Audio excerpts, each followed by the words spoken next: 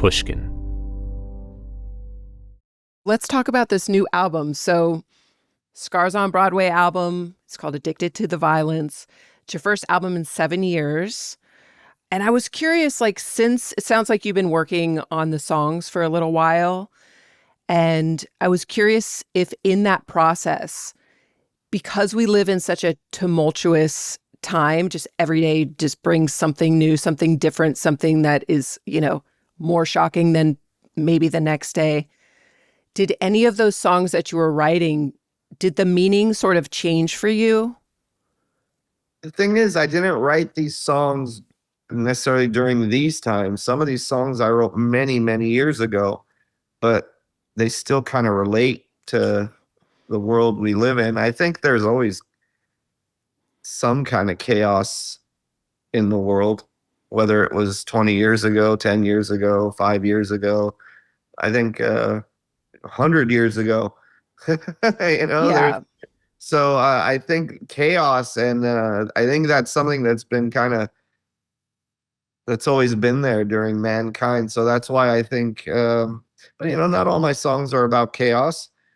But the title track is called "Addicted to the Violence," but I can't sit there and say every song on the record is about the same thing and is about there was this theme, because I write songs. I always tell people I write songs. I don't write albums, and those songs end up on albums, but I wasn't writing those songs for an album. If that Right. makes sense. So at some point when I get off my ass and I'm like, let me record some of these, or I play around with them. I entertain myself with my songs. I don't really write them for anybody else. The fact that anybody else outside of me likes them is a complete bonus. They're usually just for me to begin with. The last thing I think of when I write a song is, I can't wait till everybody hears this. It's just completely, if I didn't have Scars, if I didn't have System, I would still be doing this. Do you remember the first time you saw somebody react to something that you wrote?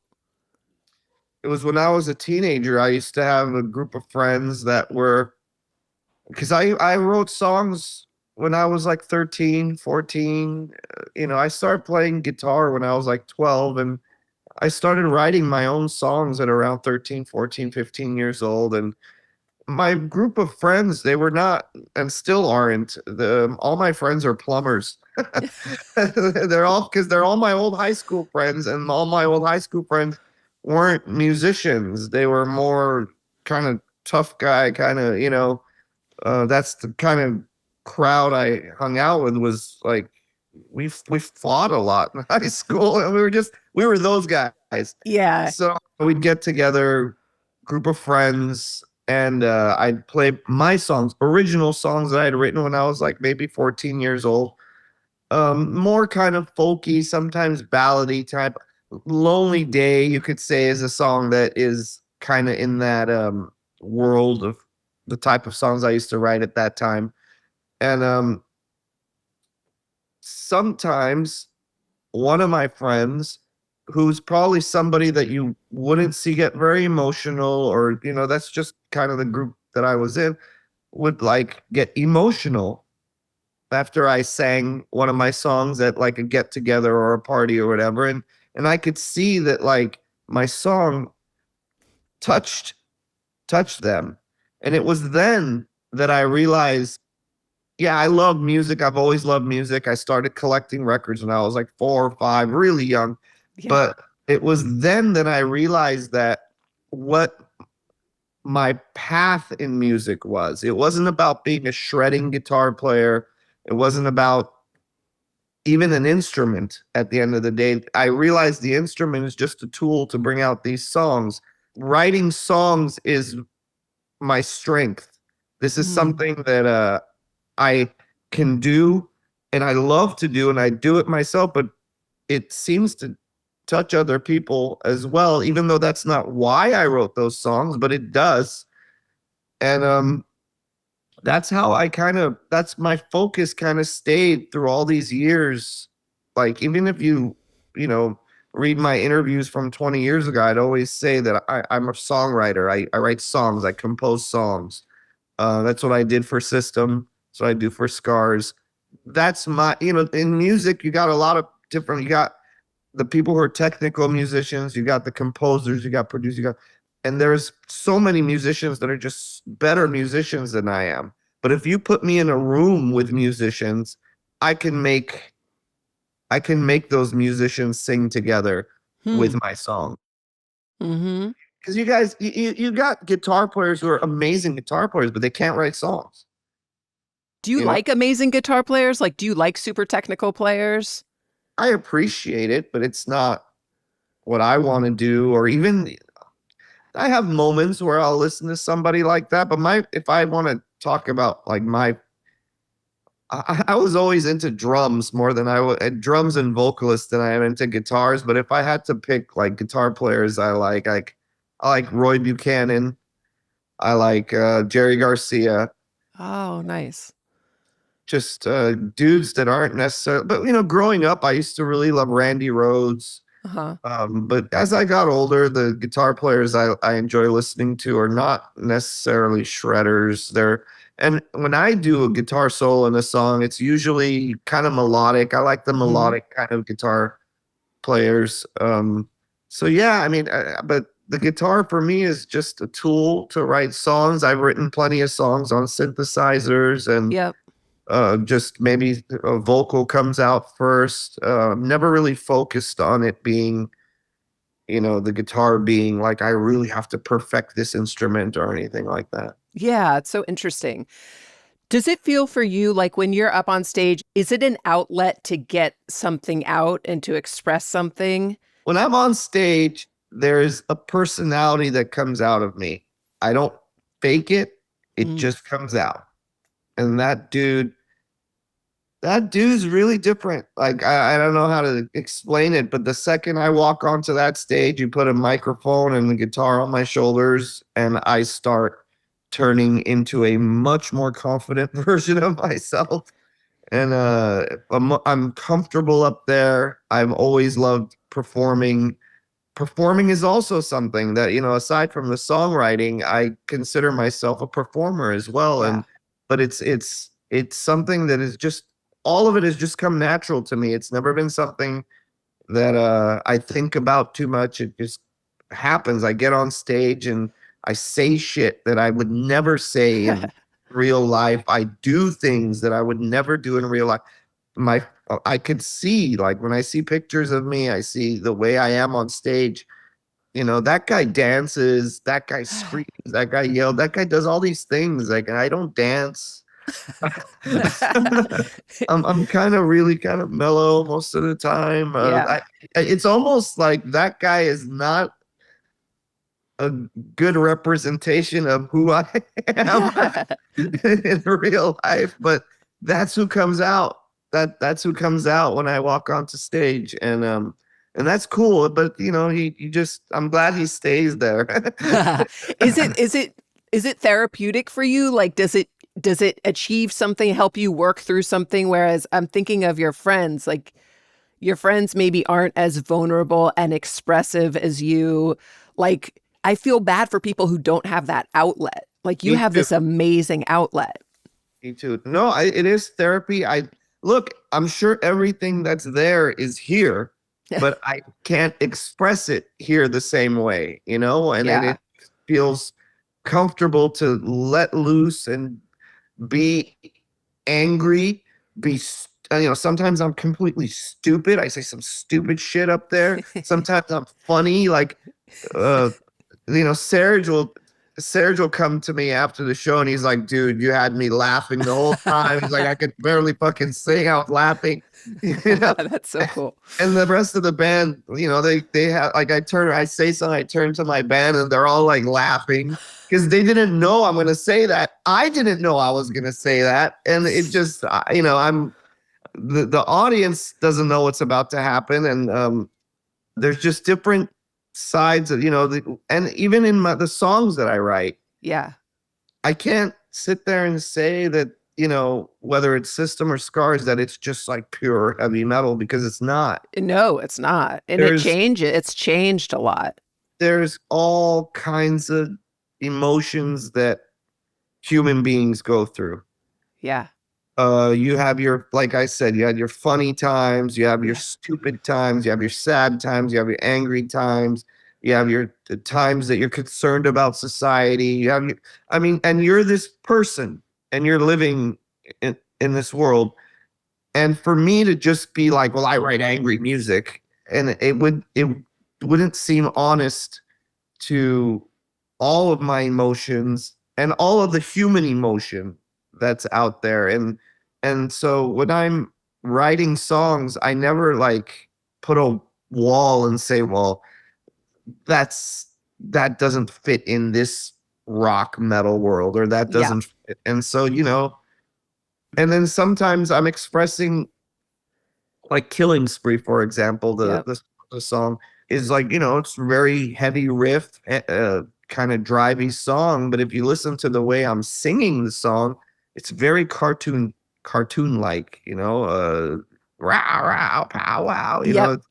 there's all these. And so there's like this and the topic is maybe something that's kind of serious.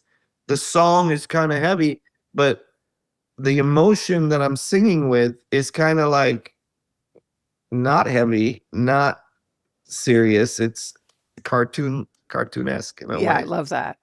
Yeah, I was thinking one song that stood out to me was The Shame Game. Oh, cool. Yeah, I like that I song. love that song. Yeah, I think that's one of my favorites on the album. But that, like how you were saying, it's not all heavy, it's not all metal. That's definitely a different sound. Kind of psychedelic. It's It's like kind of prog. exactly. Yeah. That's what I thought. It feels sort of like I mean, it's hard to classify, but I was thinking kind of like 90s, kind of psychedelic. But that song, I think that song's going to sound super good live. Thank you. I'm Yeah. proud of that one. I tend to really enjoy those type of songs, and I feel like as I go into my writing, I kind of write more of those type of songs these days than I do the heavier stuff. And Scars kind of, System has that stuff too. Like when I wrote Aerials, uh, a song like Atwa has both of those things in it. Like the verses are very kind of, you could say, Everly Brothers, Simon and Garfunkel. Mm-hmm. Then we go into "You Don't Care About How I Feel," and it turns into this metal thing and goes in and out of that. Lonely Day, Lost in Hollywood. So Yeah, Lost in Hollywood for sure.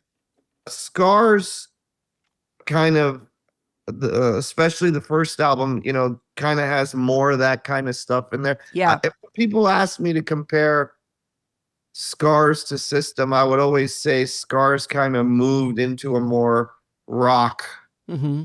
direction, and you'd have those more of those dark, moody, mid-tempo kind of songs.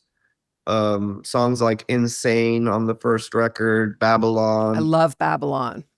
Like System, we didn't make any more records, but I was still going into that direction, and you can see it in Mesmerize and Hypnotize Yep.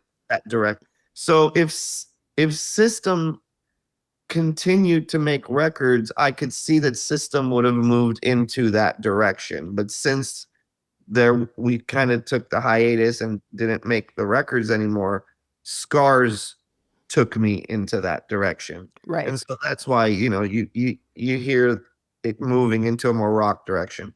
Babylon is, my family was in all the wars in Iraq during, the first Bush, the second Bush. They were there during Iran-Iraq war. So it's kind of a song about me and my family, and my connection to my family in Iraq, and my concern running to Babylon, like to and then there is a line that's like, I like the way we slept on rooftops in the summertime, if we were. And so that line comes from when I was a kid. My parents would always tell me in the summer, people, because it was so hot, Mhm.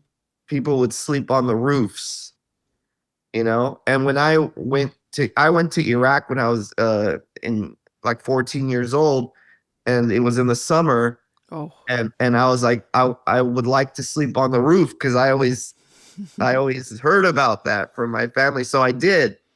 And so a few nights at I think it was my uncle's or my aunt's, I can't remember, but we slept up on the rooftop in the summertime. So So that cool. was like a lived experience that I had, that I, was in the lyrics of the song. Yeah. Yeah. How was Iraq different than what you had imagined it would be? Like when you were living in Hollywood, you're living in LA, and you imagine what life was like there. How was it different actually being there than what you thought it would be like? Um, well, I had probably the same perception as most Americans would. Maybe, maybe a little different because my parents were from there. So, but I thought I'm going to a place where it's like sand and camels, honestly. Yeah. But no, it was a city. There was cars. There was a city, like a very different kind of city, a very different kind of vibe, obviously, because of, Saddam and all that stuff. But Yeah. like, um, it was, just not as modern as where I was used to growing up. Yeah. Uh, More modern than I thought it would be at the end of the day. Do you remember questions people asked you about Hollywood or about LA? It was such, I Yeah. was 14 years old. It was such a Yeah, long yeah, time yeah. ago. Totally. But I remember, I had all my metal cassettes and all the stuff that, like, because that's, I took a bunch of like rock magazines, metal magazines, and I took a bunch of my cassettes and I would listen on my headphones. I just remember when I would like show, and Slayer was extreme for that time in the United States. In 1989, so Yeah. Slayer was like pretty extreme for your average metal guy at that time, but I would sort of show them Slayer, show no mercy, and they would almost like question, it's like, is this even music? Like what is this? Yeah. It was, even like I said, it was even extreme for the United States at that time. Yeah. So Do you do you still listen to hard music? Like, do you find that as you've gotten older, has your music taste, has it gotten a little softer, or can you still listen to hard music? I've always listened to all kinds of music. There isn't much that's new in metal that I'm really gravitating to. Like I mean, I'm not talking shit about any of the bands, but it's just, I don't know. It's not turning me on. Yeah, yeah, yeah. No, I Uh, get that. but I've always had my taste in music has always been like this place, that place. It's always been all over the place. When I was a teenager, yeah, I was more metal, but as I got older, but when I say older, 18, 19, 20, 21, I started listening to Bowie, the Beatles, Grateful Dead, stuff that wasn't stuff that people turned me on to yet at that point in my life, or I didn't get turned on to yet. Yeah. And the thing about me is I go through, I mean, so many different kinds of music every other week. Like this week, I'm into like, or this 5 months or 6 months, dub reggae. Oh, And cool. yeah, like I love King dub reggae. Cubby and these kind Yeah, of, it's the yeah. best. And then like I go through phases of like Miles Davis. And it's these phases that I've always gone through in my life, my 20s, like the goth bands that I was listening Uh-huh. to, the early 80s goth. Cool. When I was writing Mesmerize and Hypnotize back in the day, I was really into a black metal Norwegian. And I have to say, if I listen to heavy music or metal music, if you want to, it's usually my go-to is black metal. I Wow. There's melody, in the music. It's there's just something that I really love about black metal music when it comes to what I listen to. If I was to, I'm gonna turn on something heavy, it would be Dark Throne, Satyricon, Immortal, those. uh, Cool. Have you ever met any of those guys? Like, have you been over to Norway and like played with any of those guys? I'm very close friends with Satyr from Satyricon. I have been for probably 25 years now. We still keep in touch. He's I don't really have that many friends that are in bands. I have acquaintances, but nobody that I really regularly keep in touch with. Joey from Slipknot was a friend of mine, and it was tough to lose him. Every so often, Ben from Dillinger Escape Plan and I kind of talk, but Satyr from Satyricon is somebody that I really keep in touch with, or our friendship is a little closer and more personal. And I really respect his band. I love his band. I'm a fan of his band. And that Cool. whole scene to me is one of the last great metal, if not the last great metal music scene that I can recall. And when were they active? Like around what years? 90s up until Okay. now. A lot of those bands, yeah, still, but early 90s, because there's two waves of black metal. There's the first wave with Bathory, Venom, Celtic Frost. That was in the early 80s, kind of. And then there was the second wave of black metal, which came in the early 90s with Mayhem, Dark Throne, Satyricon was part of that. But a lot of Cool. great bands. A lot of people kind of, they see the imagery and they see all that stuff, but the music, if you listen to the music, it's really melodic, and it's kind of like classical music. There's, Cool. yeah, there was a mood, there was a scene. Same with the Yeah. like. I mean, I know a lot of people like to lump us in with new metal, Yep. uh, but that is the scene that we came up in, and even in Los Angeles, um, that kind of music, Korn, Deftones, when we first heard it and we were part of it, we were being honest, we were being original, we were, it was something, it was a scene that I guess wasn't even meant to be a scene, Yeah. right? It just accidentally happens that all these bands, and they share these things in common, they share a sound in common. And then what ends up happening is it becomes popular. And when it becomes popular, it starts becoming kind of cookie cutter, and it Yeah. becomes something at that time. I don't know, labels these days I don't even exist, or they don't. But like at that time, the label wanted the next System of a Down. And I was like, that's funny because none of you motherfuckers wanted to sign us. Yeah. Right. But now that we're thing, being Armenian is really cool now, isn't it? Like when we were coming up there, like, well, you guys are Armenian. I don't know if anyone's gonna get what's an Armenian, And now that we were signed up, there was funny because at that time, not anymore, but like people were looking for, oh, is there an Armenian member in that band? Like, Really? yeah, it became kind of funny, man. But all of these bands I just mentioned, the original ones, the ones that were the first, were not cheesy. We're doing something unique. I remember when I first heard the first Korn album, I was like, dude, this is fucking different. It's heavy. Yeah. The way that it sounds is even different. The way that it's produced is different. It was like something I'd never heard before. But then 10,000 bands came out copying Korn. And that's what turns it into, and then it gets labeled as a genre, Yep. new metal. Like we never called it that. And I hate genres. To me, all music is the same. It's I a know, cow. but the thing about the genres, though, like I understand that because I hate genres too, and I know musicians hate genres. But if you're like a journalist or you're trying to write about this stuff, it's like it's helpful just in those terms. Look, the notes on a piano or on a guitar are all the same.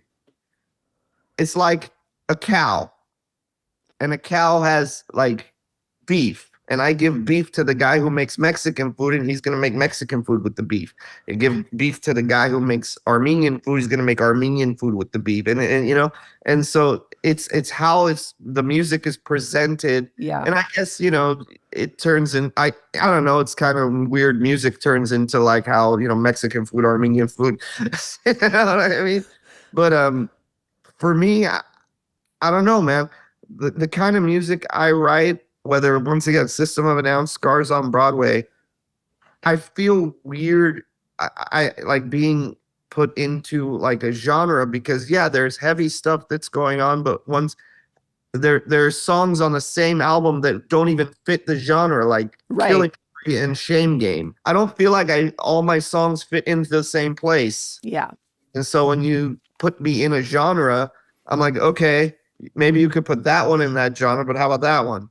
Like, so Yeah. that's why genres bother me because I don't feel like I always fit into them. I don't feel like all my songs fit into the same ones. Totally. I wonder, like, how has it been for you since you've had the experience of releasing albums that have been super successful through traditional record companies and also releasing albums through independent, because you released it on your own label, right?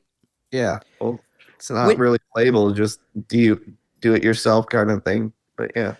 which do you prefer? Like, are there advantages to the major label system that you see now, or do you prefer just DIY?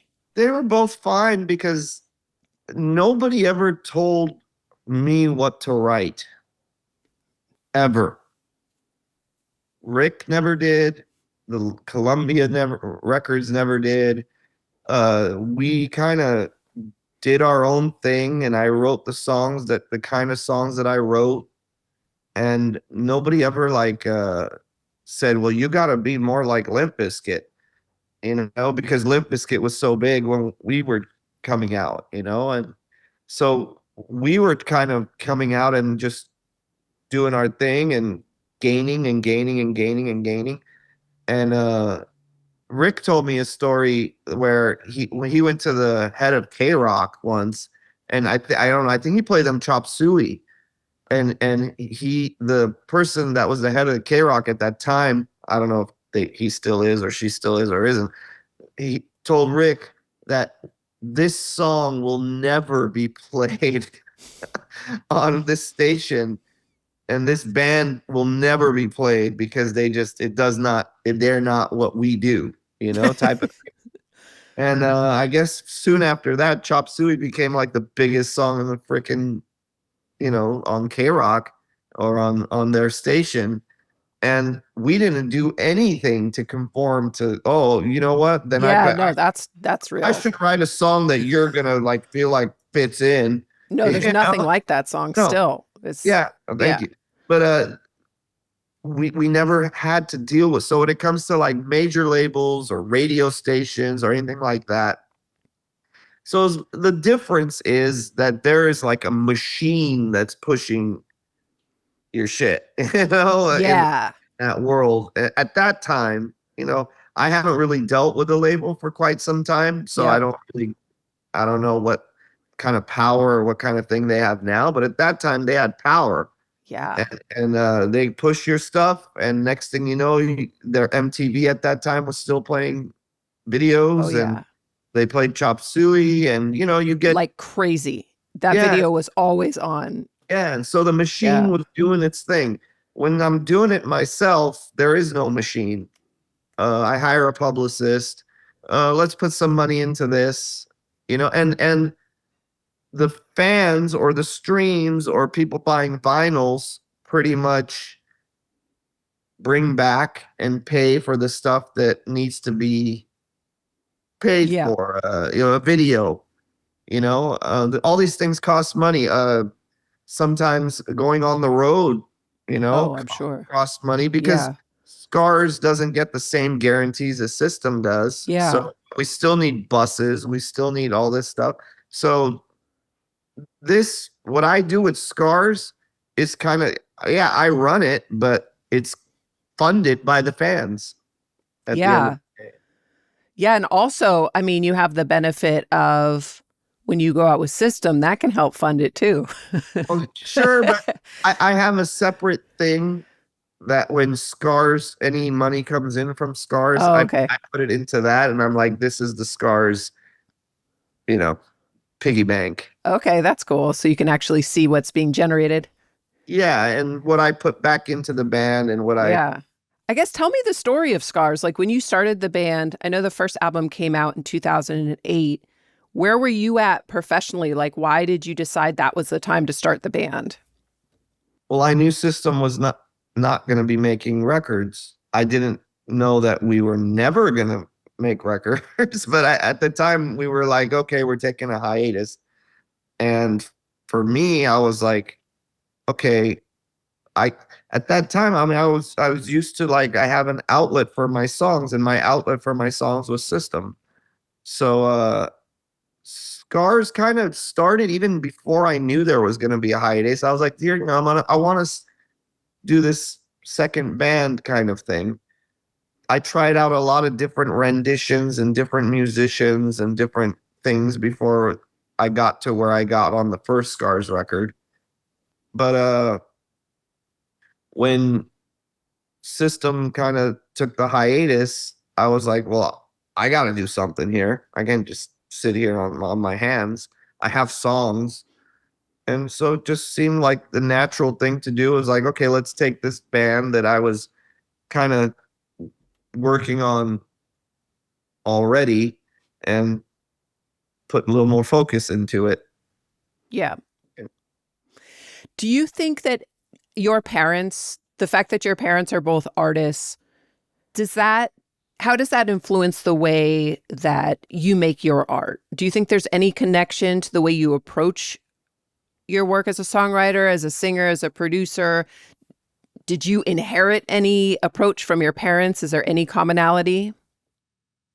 Well, I watched my dad paint paintings my whole life. And my dad has never done an art exhibition. He has a house full of hundreds of paintings that he paints, but he paints them for he's always trying to like find something new, and but it's not about showing anybody else. And I think that's where I get my thing from, is where Yeah. I would do it regardless because I've seen him do it regardless. Yeah. I mean, the only thing that I'm the one that like put his stuff on my album covers or System album covers. Like, Oh, you did? well, Mesmerize, Hypnotize is my dad's stuff. Oh, wow. I didn't know All that. the Scar stuff is my dad's stuff. Oh, Um, cool. but his stuff on his own is very different than that stuff. That's me pushing him in a direction because I'm like, it's an album because his stuff's very abstract. Okay. You know? So his approach is my approach. I mean, that's just kind of watching the way he does it. And it wasn't like, well, I'm gonna watch him and take that. It's just in the house. Yep. This was how we did things. This is how it was. My mom, when she was in Iraq, was a sculptor, and she did sculpt. But when she came to the United States, my mom is the responsible one Yeah. in the thing. So she was kind of like saving the money and working, and my dad worked too. But like, you know, if it wasn't for my mom, like we would have just been like homeless, probably. Like bohemian art Yeah, family. yeah. So Yeah. luckily, she has a side to her that was very responsible and Yeah. organized. So she kind of had to leave her art to the side, Hmm. and but she's one of those people that will sit there and in like 10 minutes can draw your face. Wow. Very She went to school for art. That's another thing where it's a little different with my dad and my mom. My dad never went to school for it. I Uh-huh. never went to school, but my mom is more trained as an artist in that way. But through the years, like she is an artist, but had to kind of put her art to the Yeah. side for. Yeah. You That understand? happens These a lot. people came from Iraq with nothing, Yeah. like nothing, and coming from Baghdad to Hollywood, Yeah. and so they had to make some sacrifices, and it's I know this is a crazy fucking thing to say, and but it's true that since I was a kid, this is what I do now is what I always was like, since I saw all the early bands that I was into, it was an obsession and it was something that I was interested in. And it was always like music was always a big deal in my life. And even as a kid, in my head, I was like, and I guess I had the maturity as a kid to think this way, but it was like I knew what kind of sacrifice my parents had made.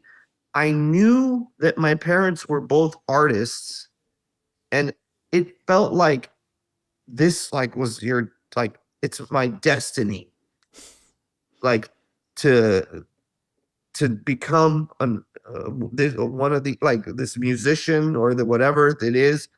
And then as I got older, 8, 9, 10, 11 years old, I would start telling people like, I'm going to be in a band one day. I'm going to do this. Like, I mean, as a really young child, It's crazy. Anybody who knew me at that time will tell you he's not fucking with me. Like he said that and he kept saying it. And as I got older, people would say like, well, what are the chances that that's going to happen? And Totally. I go, in my head, I was like, this is why my parents moved here. Wow. And that's how my head was thinking. This is why this was like, this is all supposed to fucking happen. And yeah, then when they would tell me, oh, that's a long shot, or you're Armenian, and no Armenians ever made it in that kind of thing. And I was like, just watch. I had this crazy confidence. Like even in high school, they sent me to a thing, and it's like a prophecy. It's weird. Like it happened, and when it happened, I got like panic attacks because I was like, Jesus, this fucking happened. Until this day, I get on stage, and we just went and played South America. And it was like 60, 70,000 people. That was insane, those crowds in South America. Yeah, but till this day, I'm like, dude, that fucking happened, man. Who does that happen for? I mean, do you know how many people have that dream? Yeah. But that's crazy. Like, what was your parents' reaction to your success? They'll tell you the same thing. They'll say he was always into this. He was always saying he's going to do it. And they're obviously, when you're like 14 years old and you're dropping out of high school and you're failing all your classes, and you run with a crowd that's like fighting and all this shit, your parents, and then you're telling your mom, I'm going to be a musician. And these are two artists that have been struggling artists their whole life, so they know what the artist life is, right? Yeah. So they were worried. And it's funny because me and my mom talked about this just 2 or 3 days ago. She's like, at some point, she told me, I realized that this is what you want. This is what you are. And she said, I would be like, she's religious in some ways. She said, like, I felt like I would be like sinning if I stood in your way. Yeah. What you felt like this was your calling in life, you know? Your destiny. And so she's like, at some point, I just let it go, and I supported. And she did. I wouldn't be here today without my mom's support. She's a good mom. Oh, she's amazing. I owe her everything. Like, she would give me. I didn't have a job. I didn't have shit. And when I was 16, I started playing in bands that we needed rehearsal studios, and I would have to ask her, and we weren't rich, but she would give me rehearsal studio rent every month so I can do what I do. She knew that I loved music, so she would let me take her credit card and go to the record store and buy me records, because she knows that all I did was sit in my room and listen to records. Yeah.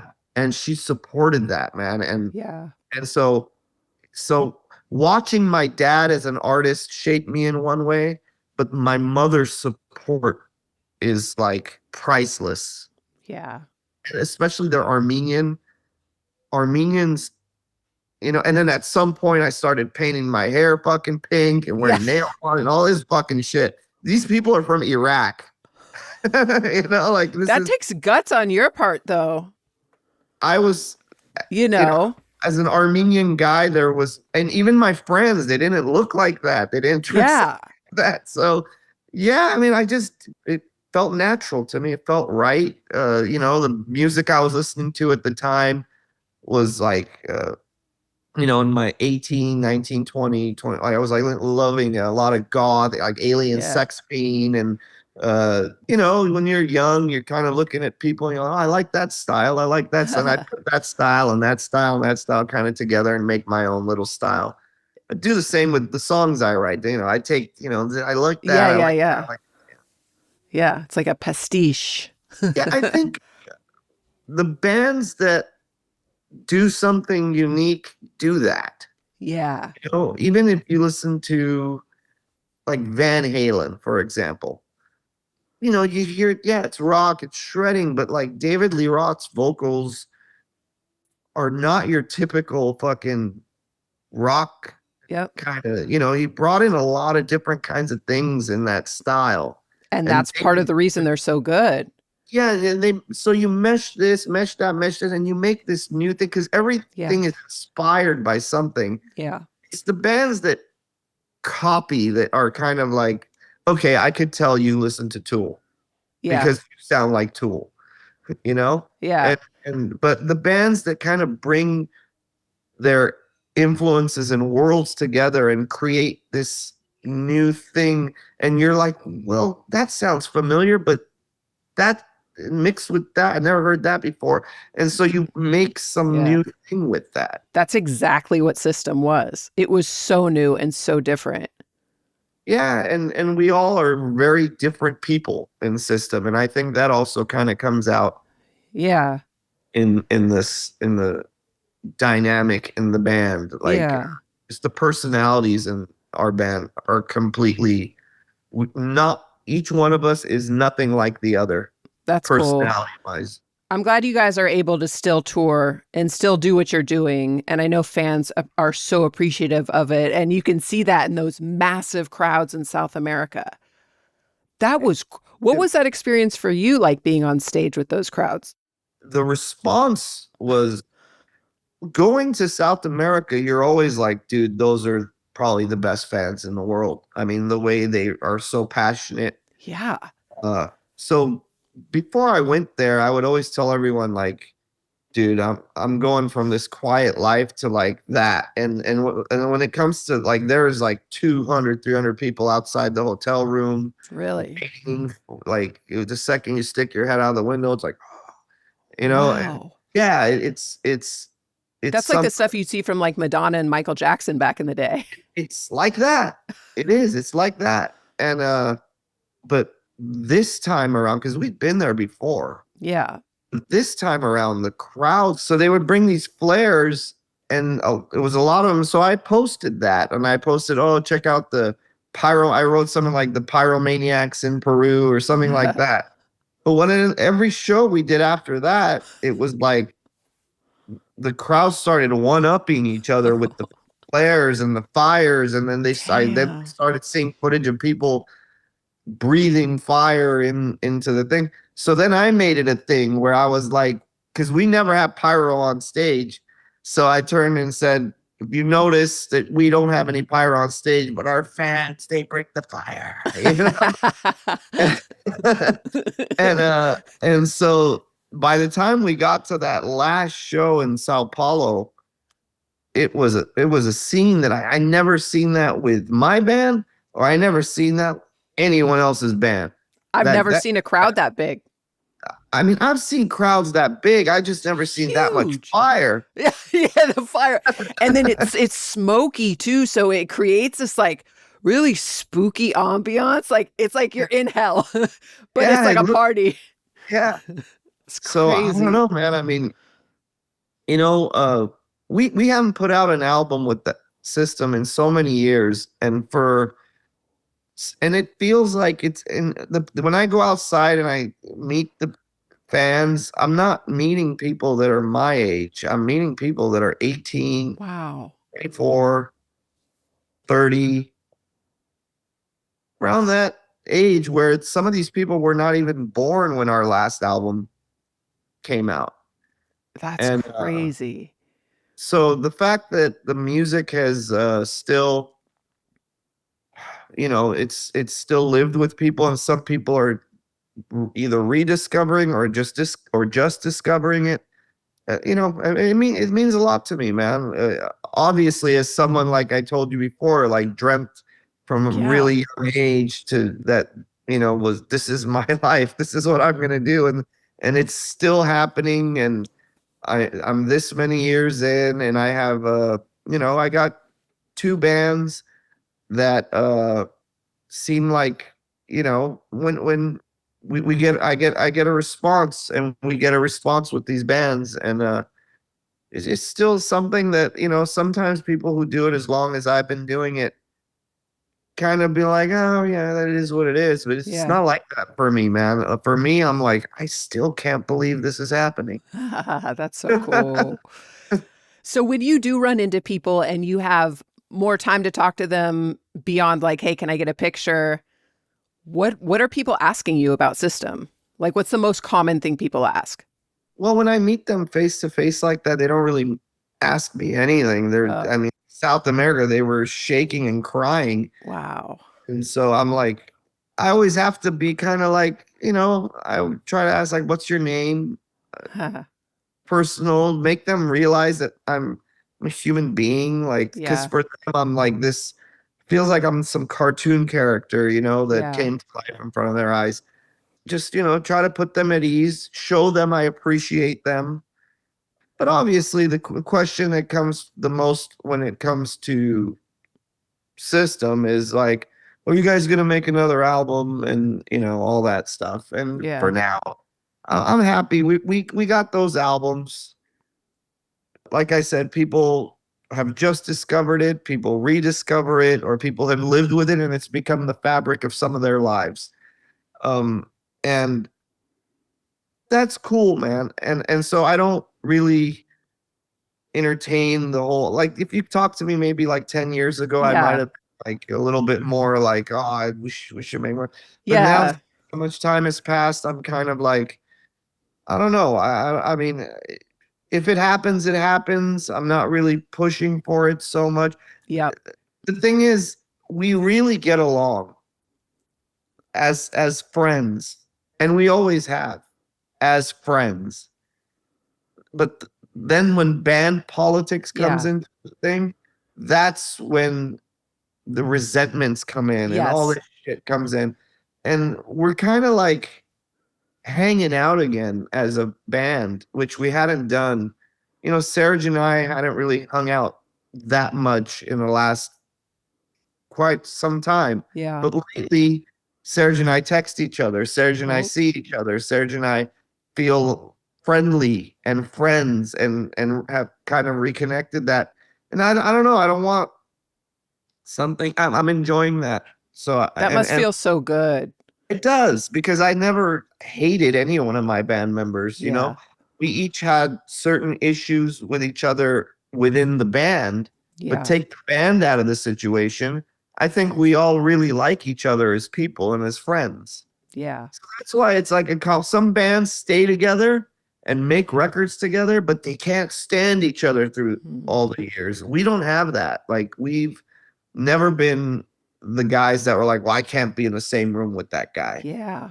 It's never been that way with System. And I think fans need to hear that, because fans think that Serj and I hate each other, and they pick sides. They're like, I'm on team Serj and I'm on team Daron. And it's like, you guys don't realize that we love each other. Like, we don't hate each other. You guys don't need to get on teams. You guys could like us both. Yeah. People You love know? conflict. And it becomes that's the sad thing for me, is because it becomes clickbait, and it becomes Totally. all this crap, and I'm like, it's not really showing an accurate picture of what we're really like and how we really feel about each other. Yeah. Well, I'm happy to hear that. I'm happy there's love there and that you're reconnecting. And I don't know. That sounds like a step in the right direction. Maybe something will happen. If it doesn't, it doesn't. I mean, you have a whole nother outlet, and you've made do. Yeah, and another thing is when there's so much of a gap between that last Yeah. record and then something, it just, for me, I like to see evolution. And when Yeah. we kind of stopped, Scars became my new evolution Yeah. with my writing. And those albums will be those albums.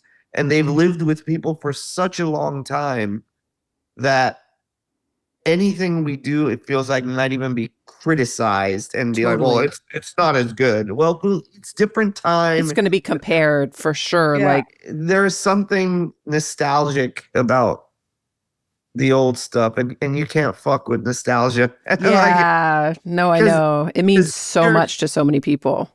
years have gone by and years of people living with that. And so you can't just make up years.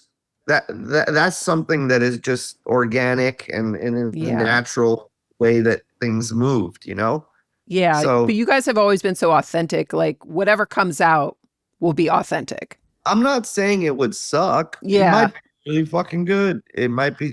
I have so many songs that if the band wants to do that, Yeah. I have music that I already know would be on that. Ha. If that's not going to happen, I will take that music and put it onto a Scars record. And the two songs that we did a few years ago, Protect the Yeah. Land. Well, Protect the Land was supposed to be on Addicted to the Violence. Oh, But because there was the war in Artsakh, yeah. and we wanted to say something because we had a platform and nobody was talking about it. Yeah. So we all got on the phone and we're like, well, maybe we should release two songs. And I was like, I have a song that's about that. Like, and I wrote that song before the conflict happened. It's just weird how Yeah, that that happened. is weird. And so, so I was kind of like willing, like, okay, I'll take that song off the Scars record. And we had it recorded. I had all my vocals on that song are from my Scars recording.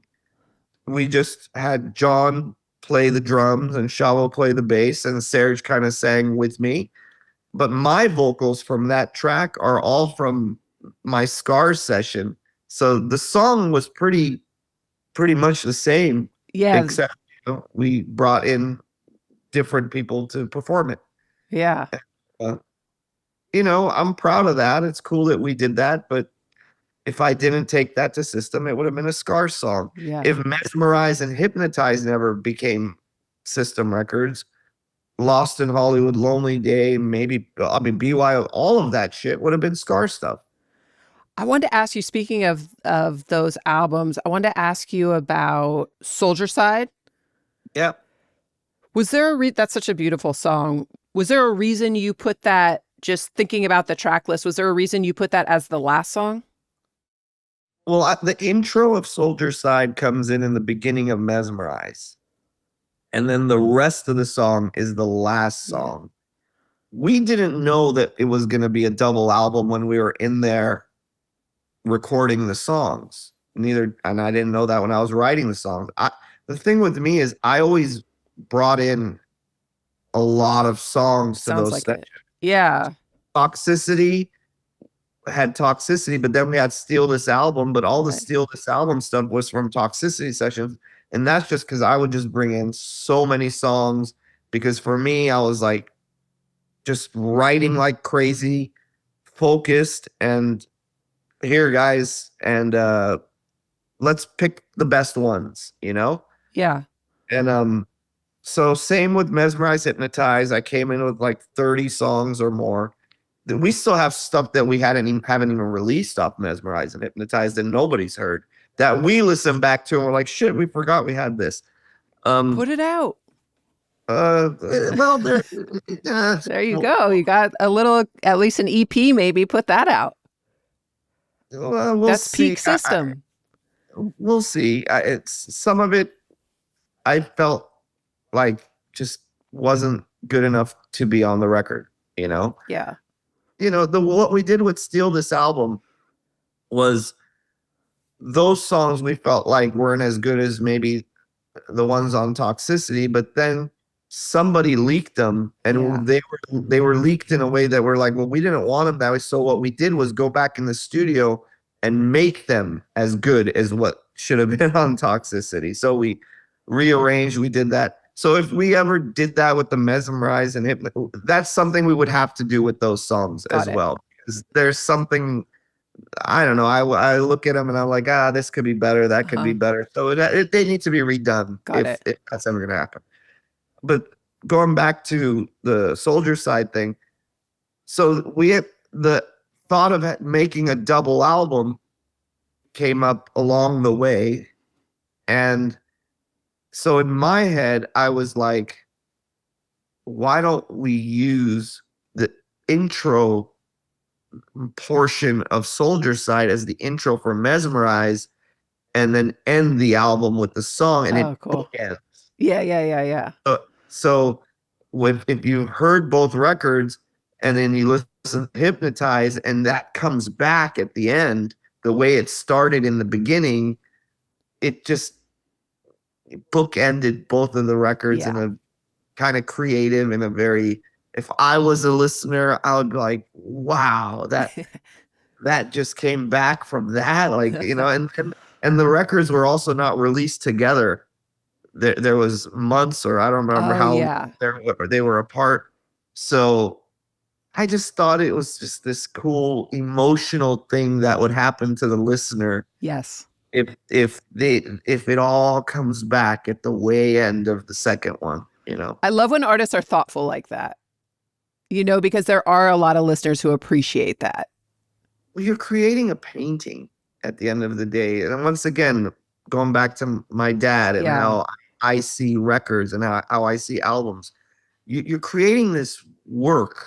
It's not just, individual songs, but it's an album. Yeah. And I know people nowadays don't have attention spans on, but I still make albums. Like I want the album to flow song into song into song. And there's a reason why I ended it that way. Like Addicted to the Violence is the last song, the title track, but it's the last song on the record.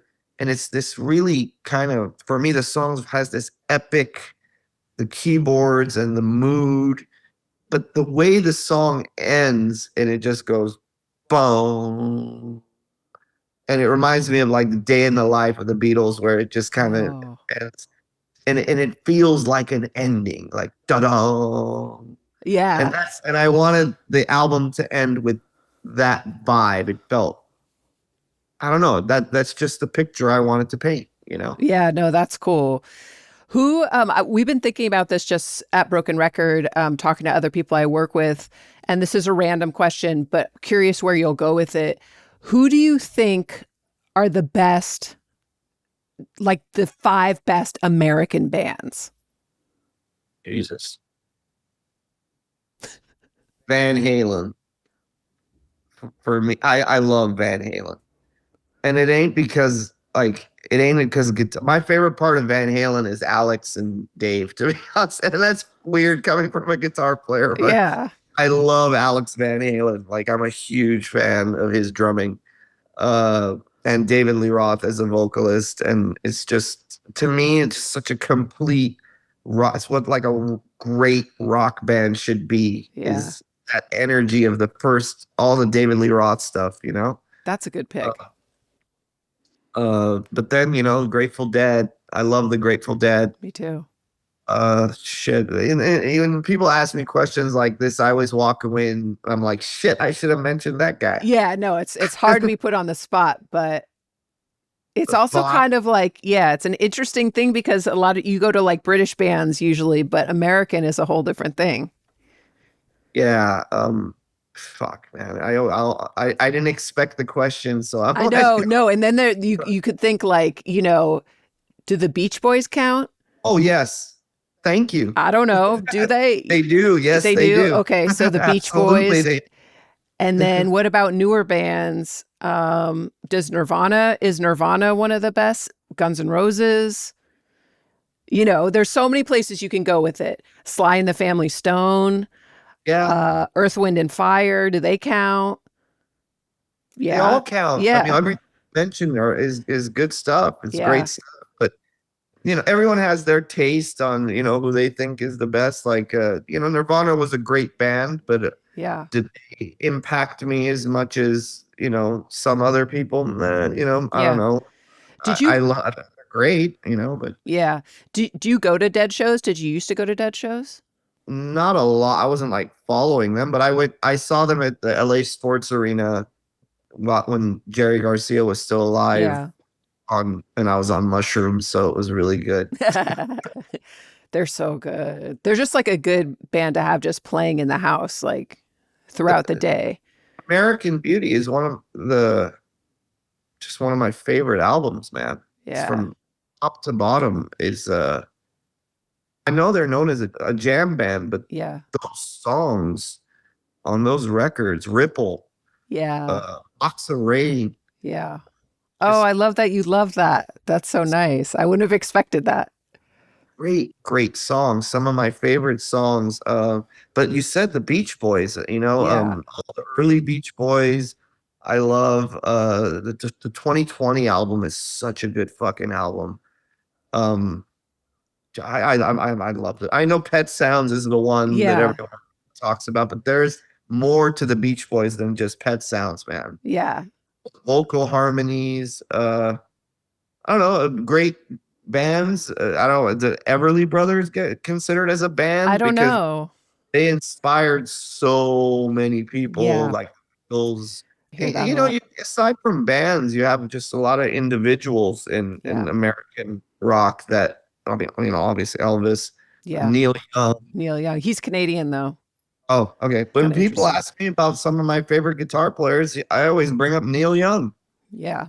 He's not a shredder, he does his thing, but I love that thing. Oh, let's not forget the Ramones should be. Yeah. The Ramones are so awesome.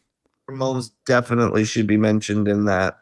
They're so awesome. I love A them. lot of great punk bands, the Dead Boys, the Misfits, all American bands, Bad Brains. Yeah. Were you into like hardcore, like New York City hardcore or the bands coming out of DC? Were you into that too? Sure, like Minor Threat. Yeah, like Fugazi and all that. Yeah, I love Fugazi. Oh, cool. So, Was there anything else you wanted to say or talk about with the new album that we didn't cover? it's just I don't put out albums a lot, but when I do, it's something I really believe in. Like, for example, if 10 years down the line, people ask me, well, what are some of the most proudest moments you've had as a songwriter? The song Addicted to the Violence will come up. Just like Aerials, or just like anything I've done with System, just like Babylon is one of those Love songs. Babylon. There's a song called Till the End on the second Scars record. These songs that I've had these moments where I'm very kind of, you have a lot of children, but some of your children kind of, you have this pride. I don't have any children, but I'm saying, like, but I'm saying if people who have a lot of children, you have some that you might be a little bit more proud of than I'm sure.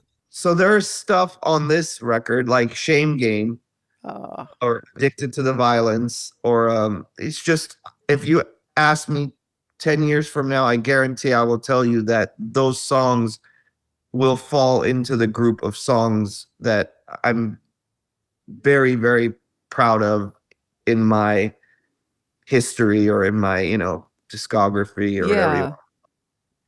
That's awesome. It's awesome you can still do it and that you still have this band and that you have so much pride in the new music that you're making.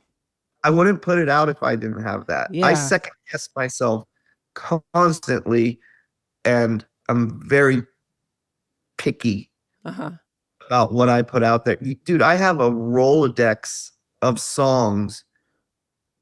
I have albums worth of songs that I'm still tinkering with. Yeah. playing with. People are like, well, it takes forever for you to put out albums. And I'm like, well, when I put out an album, that album is forever. Yeah, no, that's real. So I will take forever to make sure that that song is finished, or, you know, if you're cooking food, it's ready to eat. Yeah. You know, it's not half baked. It's ready to go. It's ready to be absorbed, taken it. And I make that decision. Yeah. I see it and I see, well, it's finished and it's ready to record. And if it takes me forever to do it, I will take forever to do it, to put out something that's going to be forever out there. Makes sense. Yeah. That makes sense. Cool. Thank you so much for your time. I appreciate you talking. It's been so nice. I appreciate doing this. Thanks for checking out Broken Record on YouTube. If you want to listen to us on the go, be sure to subscribe to Broken Record wherever you listen to podcasts.